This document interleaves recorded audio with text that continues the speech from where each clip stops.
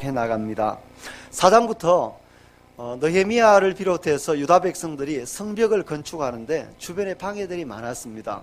4장은 주로 외부에서 오는 방해를 얘기했어요. 산발락과 도비아와 암몬 사람들, 그리고 남쪽 그리고 서쪽에 있는 아스돗 사람들, 이런 사방에서 원수들이 이 느헤미야와 성벽을 건축하는 유다 사람들을 공격을 해왔어요. 여러분, 원수는요 아주 강렬하다는 거 기억해야 합니다. 그래서 때로는 우는 사자처럼, 때로는 아주 교묘하게 광명한 천사처럼 두 방향으로 오지만 우리가 꼭 기억해야 될 것은 우리가 그때에 우리가 원수의 간계를 잘 간파해서 승리해내야 된다는 겁니다. 특별히 교묘하게 내부에서 오는 게 어렵다고 그랬어요. 지금 유다 사람들 가운데 원수와 경계선에 서 있는 사람들이 늘 원수를 잘 보는 거죠. 늘 원수가 얼마나 힘이 센지, 얼마나 숫자가 많은지, 얼마나 그 사람들이 견고한 성에 거하는지. 그래서 그 원수를 보고 우리를 보니까 불안한 거예요. 그래서 우리가 계속해서 이 성벽을 쌓을 수 없다, 이렇게 얘기를 하는 거죠. 지난 시간 제가 강력하게 따라하게 한 거 있죠? 뭐죠? 된다고 말하게. 이거 꼭 기억하라고 그랬어요. 그래서 그때 꼭 된다고 우리가 말하는 거. 이 된다고 말하게, 이 말을 오해하면 안 돼요. 여러분, 안 되는데 된다고 말하라는 게 아니고, 그리고 된다고 말하면 되는 게 아니에요. 그거를 적극적 사고방식이라고 그래요. 아주 비슷하지만 신앙과 적극적 사고방식이 다른 것은, 신앙은 하나님의 약속의 말씀에 근거해서 된다는 거고, 적극적 사고방식은 자기가 주체가 되어서 된다고 말하게, 이거예요. 그러니까 된다고 말하게 하는 건 사실 힘이 없죠. 여러분, 명리학 제가 지난 월요일 날 봤거든요. 딸과 이렇게 봤는데 보니까 나중에 이순신이 자기 아들하고 마지막 장면에서 대화하면서 어떻게 그렇게 될 줄 알았냐고 물이 소용돌이치고, 천행이다, 천행. 우리로 말하면 하나님의 은혜죠. 그렇잖아요. 자기는 그렇게 될 줄 몰랐다는 거죠. 하지만 그 싸움을 한 거예요. 근데 우리는 어때요? 우리는 하나님의 약속이 있기 때문에 반드시 이긴 싸움이라는 걸 기억하고 싸워야 돼요. 그러니까 나중에 천행을 바라는 그런 정도가 아니에요. 우리는요, 확실한 약속을 붙잡고 하는 거니까 다르다는 거. 그래서 된다고 말하게, 제가 지난주에 얘기할 때는 우리는 반드시 되는 사람이니까. 아멘? 그러니까 안 되는 걸 된다고 말해서 되는 게 아니고, 그러니까 즐겁지도 않은데 자꾸 웃다 보면 웃는다.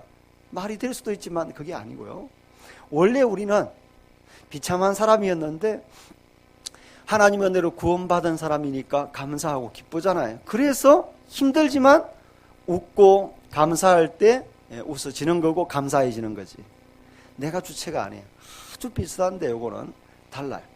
그래서 적극적 사고방식은 믿음과 비슷하지만 정말 경계해야 될 인본적 사고방식이라는 것 꼭 기억을 하고, 원수의 도전을 넘어서는 길 제가 4가지 얘기를 드렸어요. 첫 번째는 기도하고 방비하는 것, 두 번째는 서로 격려하는 것.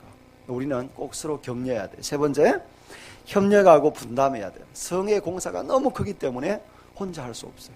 우리 교회 이제 많이 커져서 혼자 할 수 없어요.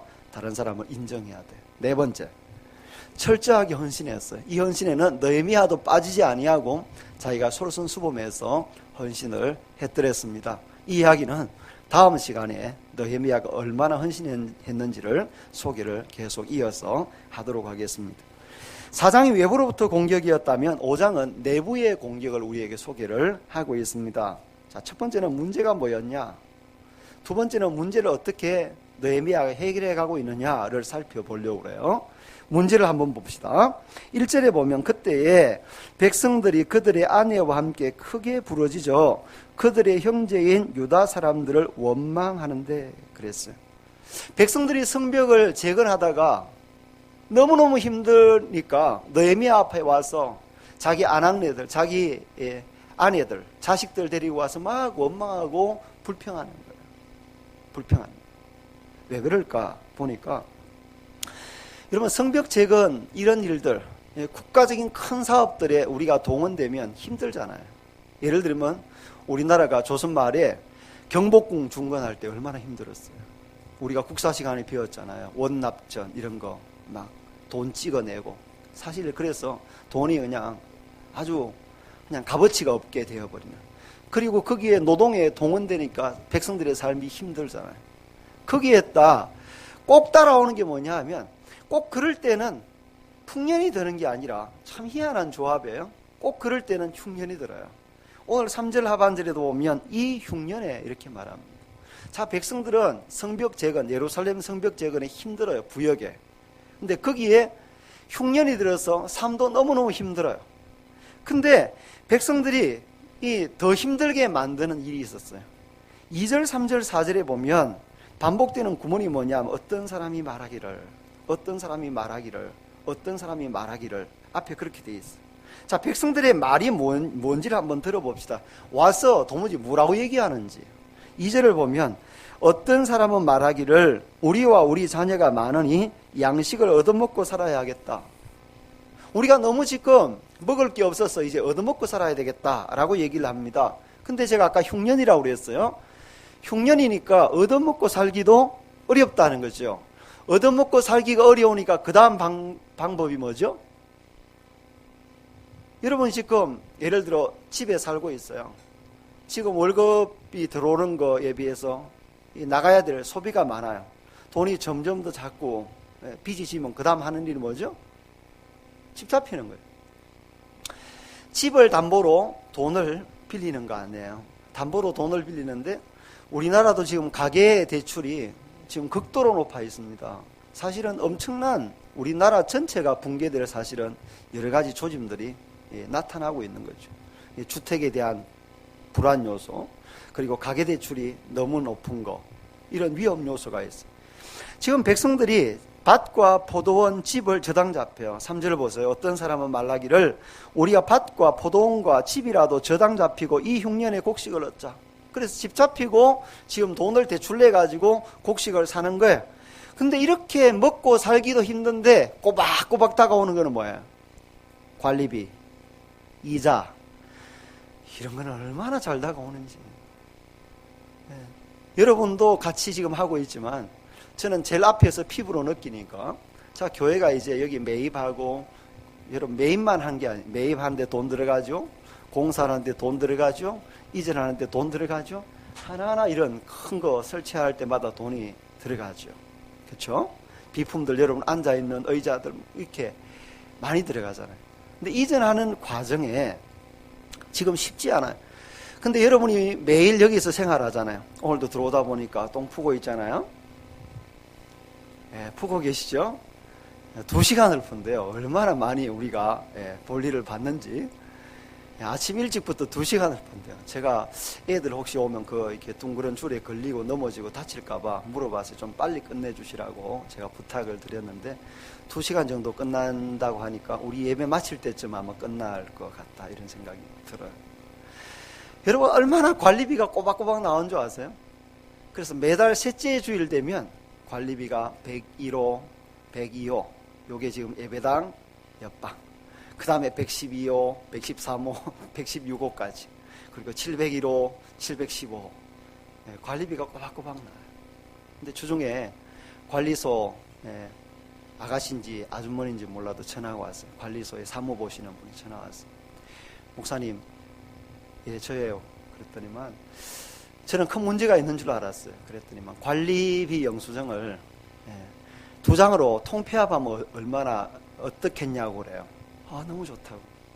그럼 관리비 납부를요, 통장으로 이렇게 통장에 오는데 계좌번호가 있잖아요. 10몇 개를 입력하는 것도 그래요. 근데 2장으로 해준다니까 뭔가 아주 홀가분해진 느낌.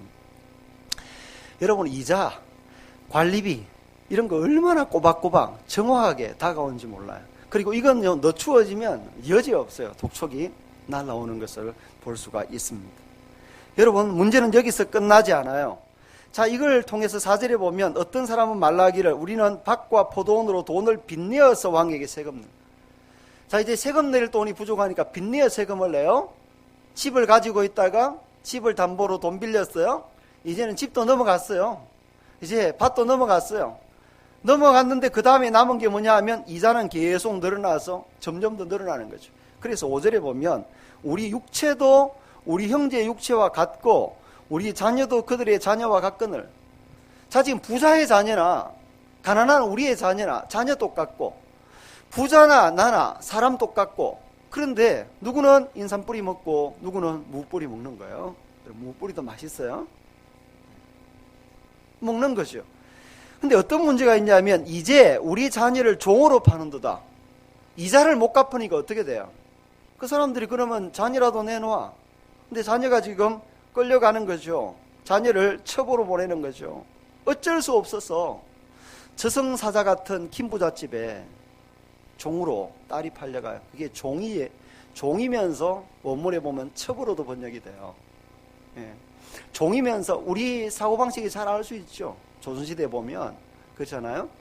이자 못 내니까 세경 못 바치니까 그냥 그 늙은 부자에게 그냥 아주 어린애가 그 집에 팔려가는 거죠. 성적 놀이개가 되는 거예요. 그리고 아들들은요, 힘이 있으니까 아들들은 그 집에 팔려가서 노예가 되는 이런 끔찍한 일이 벌어지는 거죠. 여러분, 저당 잡혔던 밭 포도원 이게 쉽게 넘어갑니다. 제가 그래서 대출 광고를 한번 찾아봤어요. 여러분, 일반은행까지 좀 괜찮아요. 부담되지만 그 다음에 캐피탈 가면 이게 이자가 상당합니다. 이자. 그렇죠? 그 다음에 이제 카드 돌려막기 이렇게 되죠.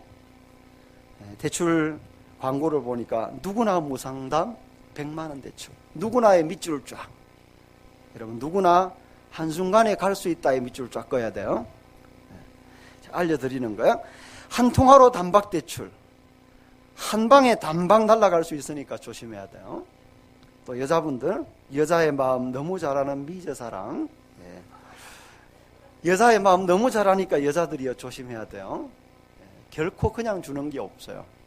그거 한번 귀 기울였다가 이제 빚더미에 안고 넘어가는 경우 많이 봅니다. 여러분, 1절에서 크게 소리 지른다, 예? 다 원망한다, 크게 부르짖어 원망한다, 이 말이 뭐겠어요? 결국 아니, 지금 우리 삶이 이렇게 된 판국에 예배가 뭐야? 예배가, 응? 여러분 그렇지 않겠어요? 지금 우리 삶이 이렇게 공고하고 내가 살기가 힘들고 빚더미에 앉아있고 매일 세금 내는 게 허걱거리고 집이나 전토들이 다 넘어가고 지금 우리가 노예가 되게 생겼는데 무슨 얼어 죽을 개혁이냐는 거죠. 무슨 얼어 죽을 성벽공사냐는 거죠.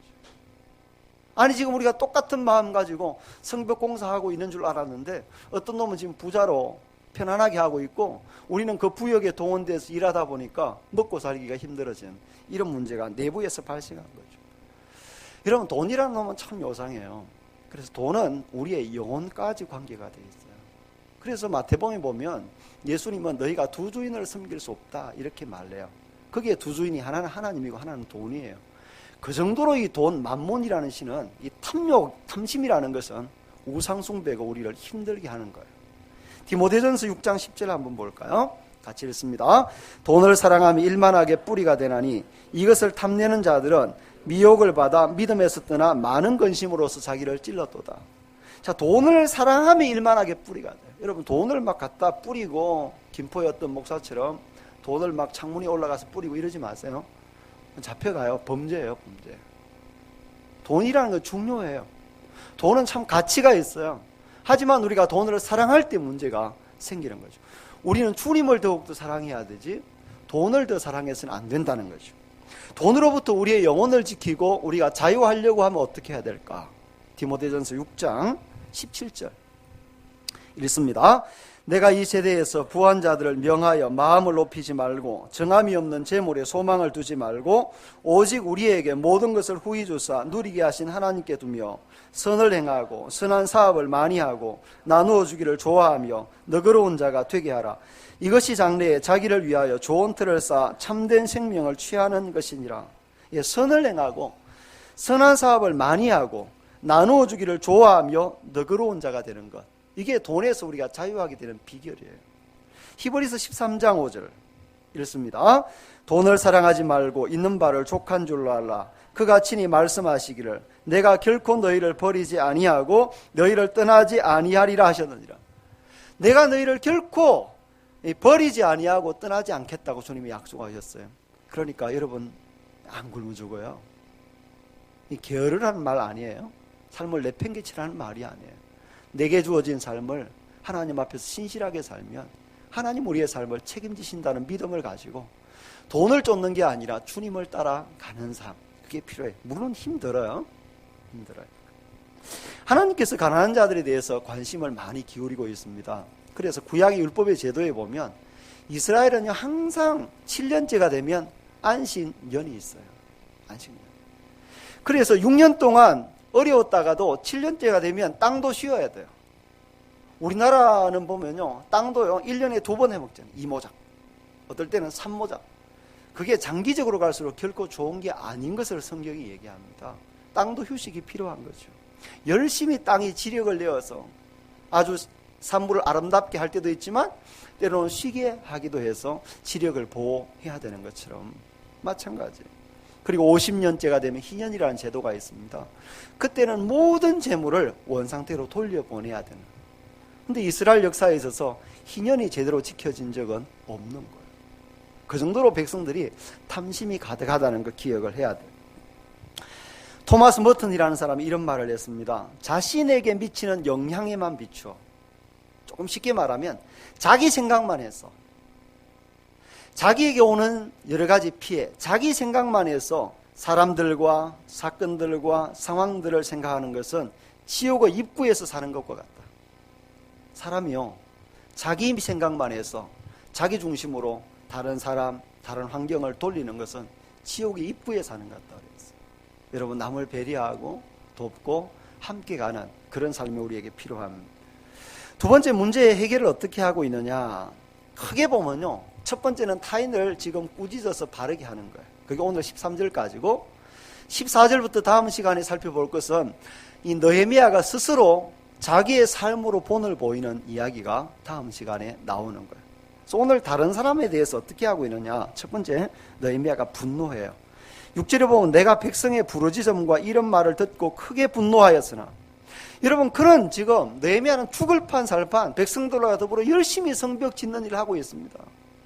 자기의 모든 기득권을 버리고 페르시아에서 이곳까지 날아와가지고 지금 다음 시간에 살펴보겠지만 총독의 녹도 지금 제대로 받지 못하면서 열심히 일하고 있는데 한켠에서는 어떻게 해요? 천인공노할 짓. 백성들이 이자를 착취하고 같은 동족이에요.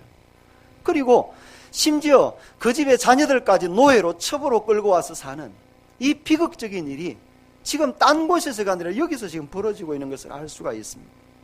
여러분 이런 일이 벌어질 때는 분노할 수 있어야 돼요. 우리의 분노는 사실 공정하지는 못해요. 그래서 조심은 해야 돼요. 왜냐하면 야고보서 1장에 보면 사람의 성내는 것이 하나님의 의를 이루지 못한다고 그랬으니까 우리가 화를 내는 것 조심해야 되지만 때로는 불의와 앞에 우리가 화를 낼 수 있는 것 정말 중요한 일이에요. 중요한 일. 분노하는 거죠.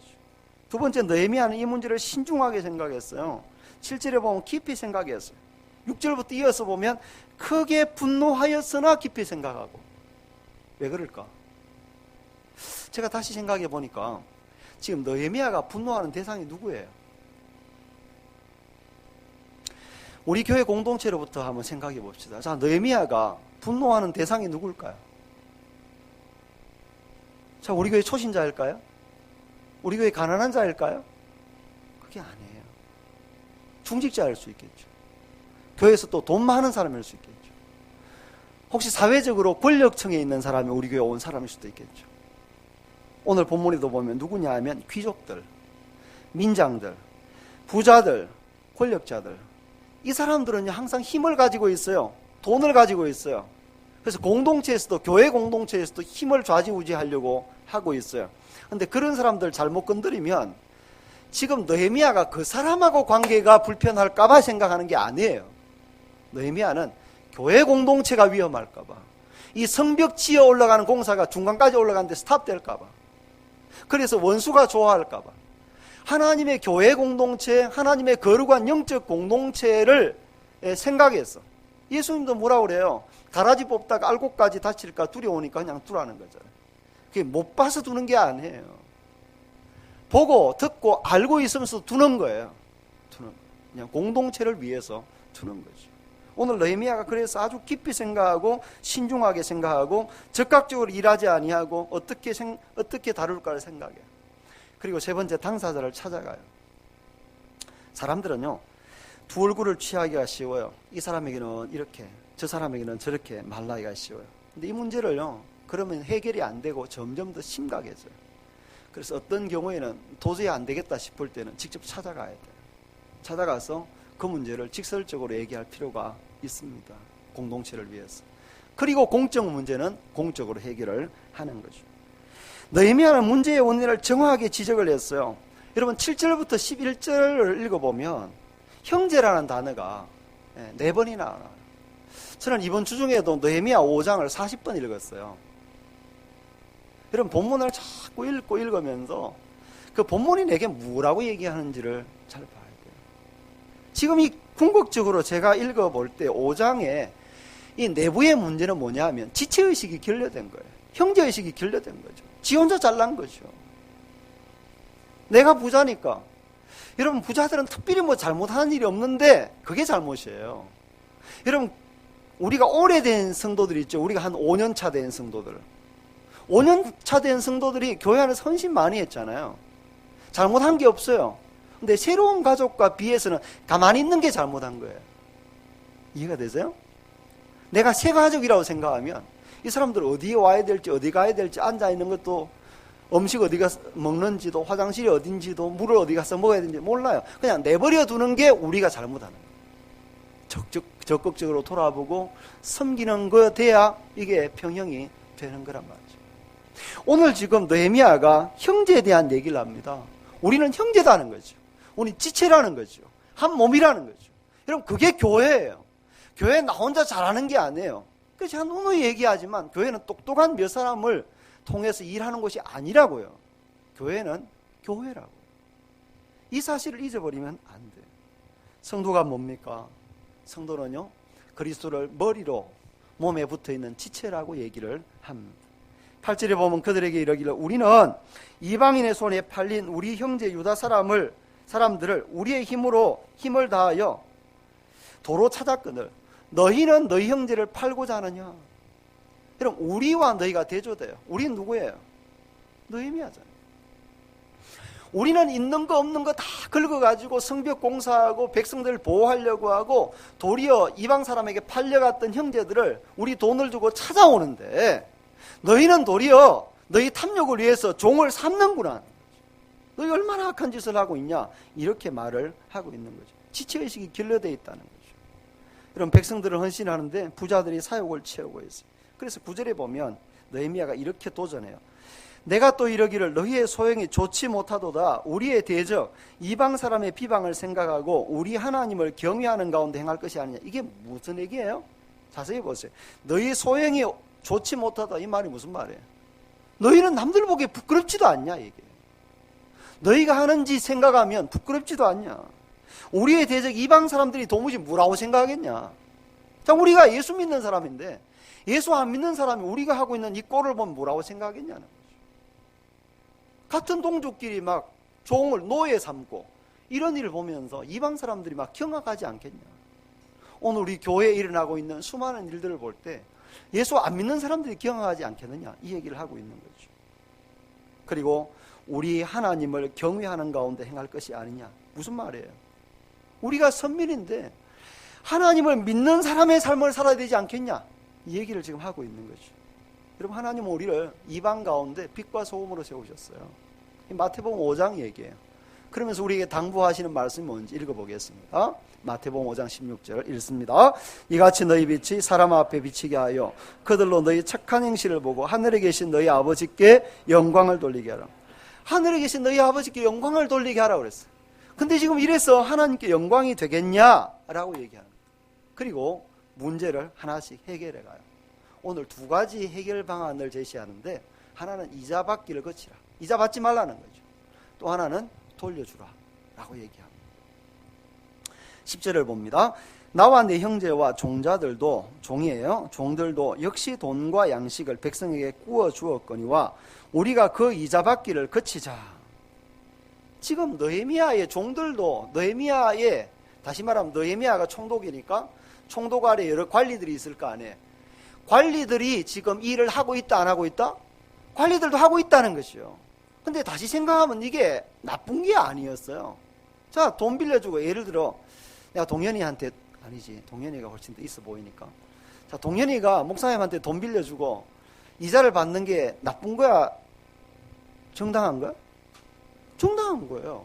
여러분, 우리가 은행에 지금 돈 맡기고 이자 다 받잖아요. 맡길 돈이 없으세요? 그게 나쁜 게 아니라고요. 그러니까 느헤미야의 관리들도 그렇게 했었어요. 근데 문제는 뭐냐 하면 한쪽이 너무 극심하게 어렵다는 거죠. 지금 받아서 안 될 입장이라는 거죠. 그럴 때 안 받아야 돼요. 오늘 그 얘기를 지금 하고 있는 겁니다. 근데 느헤미야가 설득할 때 그냥 설득하는 게 아니라 내가 총독의 권위로 얘기하노니 받지 마! 이런 게 아니에요. 하나님의 말씀에 근거하는 거죠. 몇 구절 읽어봅니다. 출애굽기 22장 25절. 내가 만일 너와 함께한 내 백성 중에서 가난한 자에게 돈을 구워주면 너는 그에게 채권자와 같이 하지 말며 이자를 받지 말 것이며 내가 만일 이웃의 옷을 전당 잡거든 해가 지기 전에 그에게 돌려보내라. 여러분, 지금 가난한 자에게 돈을 빌려주었거든 이자 받지 말라. 또 한 구절 더. 레위기 25장 35절. 내 형제가 가난하게 되어 빈손으로 내 곁에 있거든 너는 그를 도와 거류민이나 동거인처럼 너와 함께 생활하게 하되 너는 그에게 이자를 받지 말고 내 하나님을 경외하여 내 형제로 너와 함께 생활하게 할 것인즉 너는 그에게 이자를 위하여 돈을 구워주지 말고 이익을 위하여 내 양식을 구워주지 말라. 나는 너희의 하나님이 되며 또 가나안 땅을 너희에게 주려고 애굽 땅에서 너희를 인도하여 낸 너희의 하나님 여호와니라. 여기 보면 계속 무슨 얘기냐 하면 동족 얘기를 하고 또 하나는 동족 중에서도 가난한 자 얘기를 하는 거예요. 그러면 가난한 자에게는 이자 받으면 안 되는 거죠. 왜냐하면 동족이니까. 여러분, 왜 하필 동족이면서 가난한 자 얘기를 하냐면요, 아까 7년 차에는 모든 빚을 탕감해 줘야 될 의무가 있다고 그랬어요. 안식년이니까. 그러니까 사람들이 또 이걸 어떻게 악용하냐 하면 하여튼 좋은 제도는 악용도 되는 거예요. 6년 차가 되었어요. 자, 제가 6년 차가 되었는데 아람이한테 돈을 빌리는 거지. 아람아, 돈 좀 빌려줘 이러면서 돈을 빌리는 거예요. 자, 아람이가 하나님 율법에 근거해서 빌려줘야 돼, 안 빌려줘야 돼? 빌려줘야 되죠. 제가 가난하니까. 빌려줘야 되는데 제가 별로 가난하지도 않으면서 6년 차에 돈을 빌리는 거예요. 뭘 악용하는 거죠? 7년 차가 되면 안 갚아도 되니까 이걸 악용하는. 그러니까 사람들이 4년 4년 이렇게 넘어가면 돈 빌려줄 생각을 해야 안 해? 안 하는 거란 말이죠. 그러니까 가장 좋은 제도도 악용하면 이렇게 된다는 거. 아주 악한 거죠, 사람들. 신명기 23장 19절 같이 읽습니다. 내가 형제에게 구워주거든 이자를 받지 말지니 그 돈의 이자, 식물의 이자, 이자를 낼 만한 모든 것의 이자를 받지 말 것이라. 타국인에게 내가 구워주면 이자를 받아도 되거니와 내 형제에게 구워주거든 이자를 받지 말라. 예. 지금 타국 사람, 이방인 사람에게는요, 우리가 구워주고 돈 받아야 돼. 이자 그거 정당한 거예요. 근데 형제, 특별히 가난한 사람에게 빌려주고 이자 받기 위해서 어려운 사람, 이 사람 좀 어렵지. 돈 있는 태를 옆에 가서 자꾸 내는 거죠. 돈 빌려달라고. 그리고 빌려주고 이자 받는. 그렇게 하지 말라는. 그건 악한 거라고 얘기를 합니다. 시편 15편에 보면 1절에 보면 이런 말씀이 있어요. 여호와여, 주의 장막에 머무를 자 누구 오며 주의 성산에 사는 자 누구 오니까. 하나님의 성산에 거할 만한 사람이 누구입니까? 하면서 2절, 3절, 4절 얘기하고 5절에 뭐라고 얘기하는지 읽어봅니다. 이자를 받으려고 돈을 구워주지 아니하며 뇌물을 받고 무지한 자를 해하지 아니하는 자이니 이런 일을 행하는 자는 영원히 흔들리지 아니하리로다. 그러니까 하나님의 성산에 거할 자 중에 한 부류가 누구냐 하면 이자 받으려고 어려운 형제들에게 돈 빌려주지 않는 거예요. 형제를 형제로 대할 줄 알고 어려움을 같이 나눌 줄 아는 것, 그게 형제라는 거죠. 그게 형제. 두 번째는 당장 돌려보내라고 얘기합니다. 11절. 그런즉 너희는 그들에게 오늘이라도 그들의 밭과 포도원과 감람원과 집이며 너희가 구워준 돈이나 양식이나 새 포도주나 기름에 100분의 1, 얼마? 100분의 1을 돌려보내라 하였더니, 왜 100분의 1일까? 왜 100분의 1일까? 임종대 집사님, 사장님, 개인 사업 하는 사장님이세요.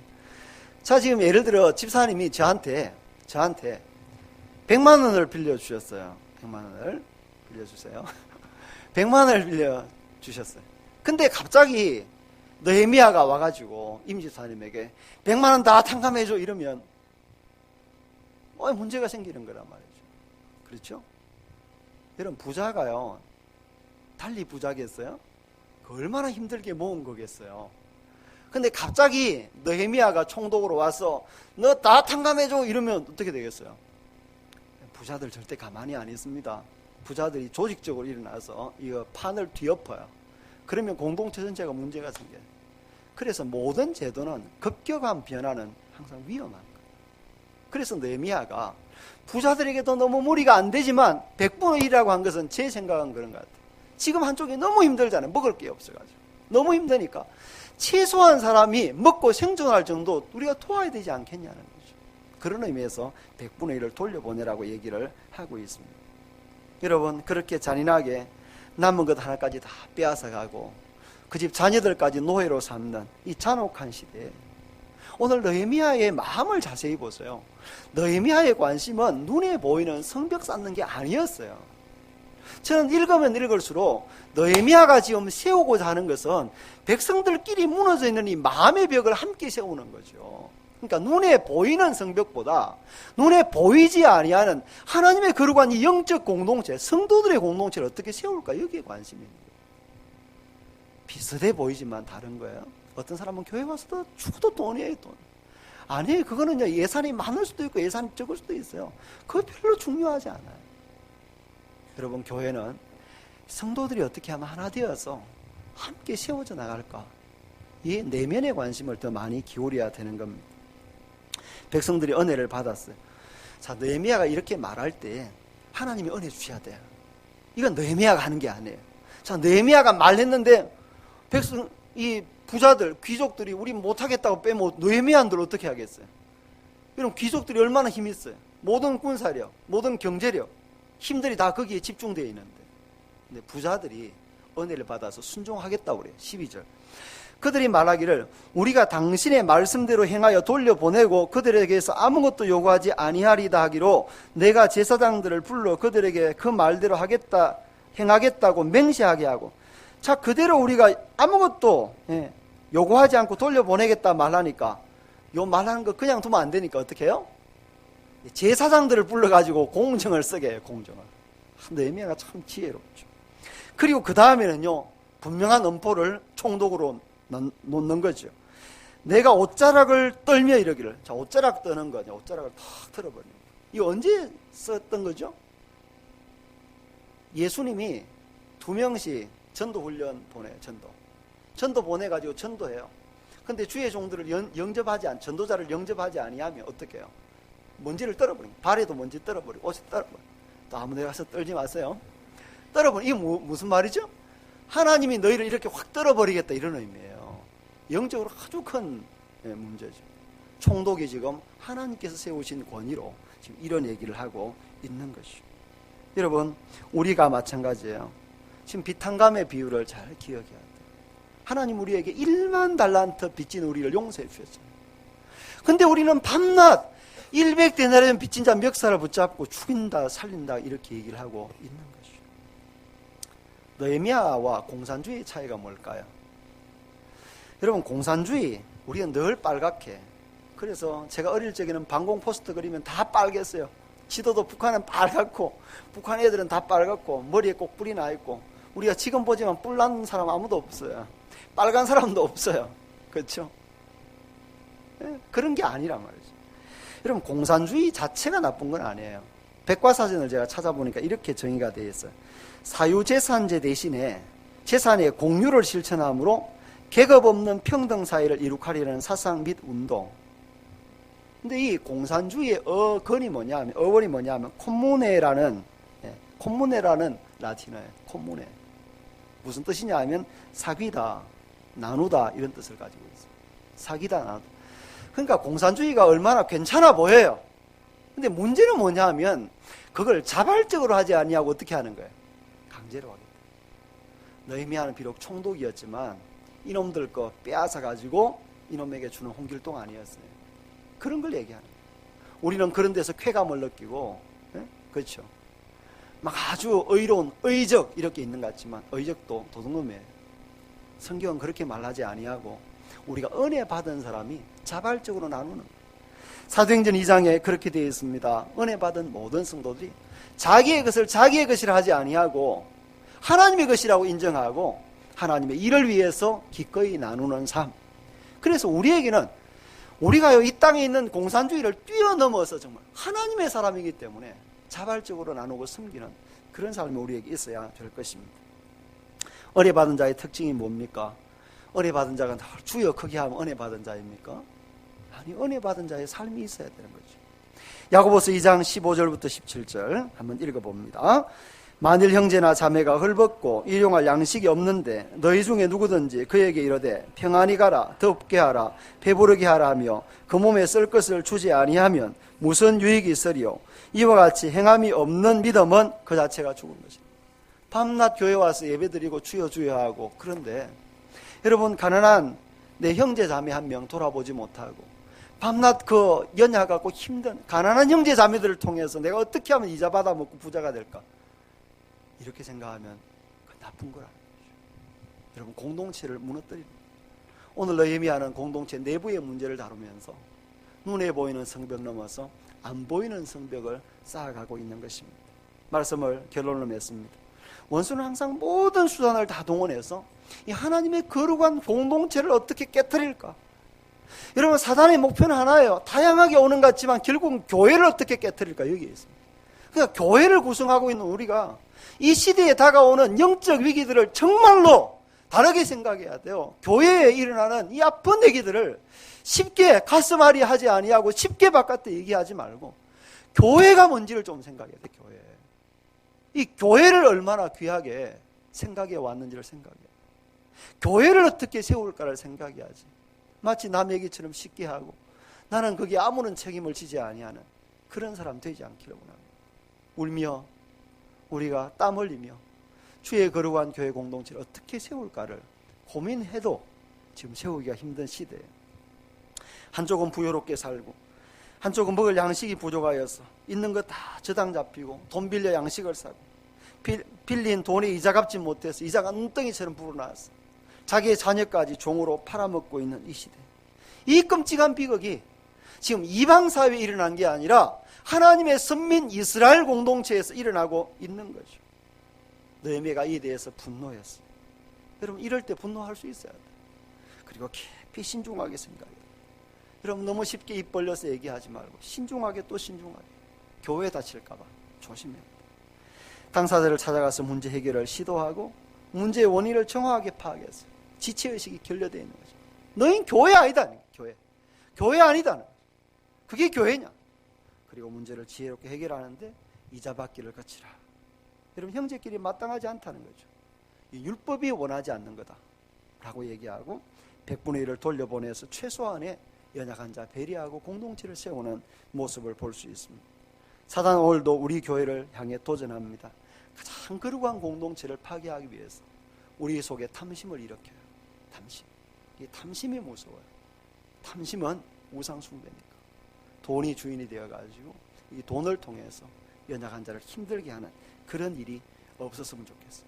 오늘도 마지막 한 구문을 이제 따라하고 설교 정리해요. 자, 옆 사람 두 사람 보면서 마주 보세요. 마주 보시고 동현이 민주랑 자, 이렇게 합니다. 따라합니다. 우리가 남이가. 오늘은 이거예요. 이번 주에는 이거예요. 주로 우리나라 정치인들이 선거 때 써먹은 건데 우리가 남이가 이건 자기 표를 위해서 써먹은 거예요. 근데 사실은 우리가 남이 아니에요. 정말 교회론적인 말 같아요. 우리가 남이가. 정말 우리는 그리스도 안에서 한 형제 자매인 걸 기억하고 다른 사람의 아픔을 싸매고 돕고 같이 세워나가는 그러한 공동체 되기를 축복합니다.